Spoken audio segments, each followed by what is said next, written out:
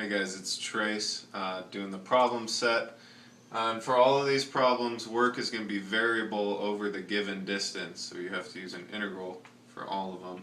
For the first problem, we got the spring, natural length 20, you stretch it out to 30 with a 40 Newton force. So you solve for the spring constant using the equation. Once you know that, all you have to do is set up the integral. So work is going to be the integral of the force through the distance. In this case, we have the distance. It's going to be from 0.15 meters to 0.18 meters. So the work is going to be an integral from 0.15 to 0.18 of 400, the spring constant, times x. So you solve that integral, you get 1.98 joules. For the second problem, we have the bucket and the mine shaft. The cable weighs 2 pounds per foot. So in the first part of the problem, it's 500 feet. The second part of the problem, it starts at the midway point, and in the last part of the problem, it's through the entire length. So you have to solve for the weight of the cable, which is depending on where you're at. So 2 times 500 minus x, and the weight of the bucket is going to remain constant at 800.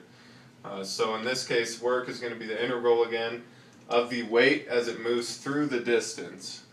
So from the bottom to the midway point is going to be the integral from 0 to 250 of 1800 minus 2x, which is the weight. Dx is going to be the distance that you move.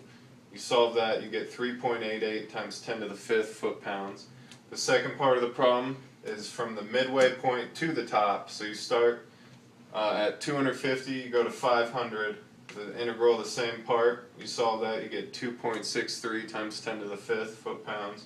And the last part of the problem, you're going from the bottom, so 0, all the way to the top of 500 of the same equation. You get 6.5 times 10 to the 5th foot-pounds. Alright, for the third problem, it's a little more confusing. We have a cable hanging down 20 feet that weighs 80 pounds, and the question asks, what is the work done to carry the bottom of the cable all the way up to the ceiling? So the second picture shows the final result with the height of just 10. So we first solve for the weight of the cable per foot. We get 4 pounds per foot. And the distance that the cable moves through, you got to think the bottom going all the way to the top is going to move through, that would be 10 feet, 10 feet, so it would be 20 feet. So we get a general equation for this depending on where you're at from any point halfway to the bottom. So work is just going to be the integral of that force times the weight here. So we have 4 times the 2x minus 10. And when the limits of integration, you're going to start at 10 feet and go to 20 feet, which is halfway to the bottom as it moves up to the top. So work is going to be the integral from 10 to 20 of 8x minus 80. You solve that, you get 400 foot-pounds. For the fourth problem, we have an inverted cone filled with water. It's a trickier problem. It asks for the work done to pump all the water out of the top of the cone. So you just got to think about a couple of different things. Volume of the cone, and then we know mass equals density times that volume. So we're solving starting with the mass. We know density of water is 1,000, and then the volume of the cone. And then you got to solve for the ratio of the radius as the water is moving down. The radius is going to change depending on x, and then h is going to be the delta x, the change in height of the water. And then we move on to force equals mass times acceleration. So we have the standard acceleration of 9.8 times the mass that we found above here with the r and h values plugged in.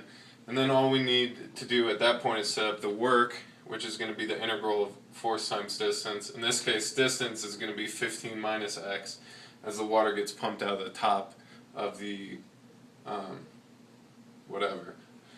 So work is going to be the integral from 0 to 12, you're starting at 12, moving down, of this whole equation that we found before, times the distance.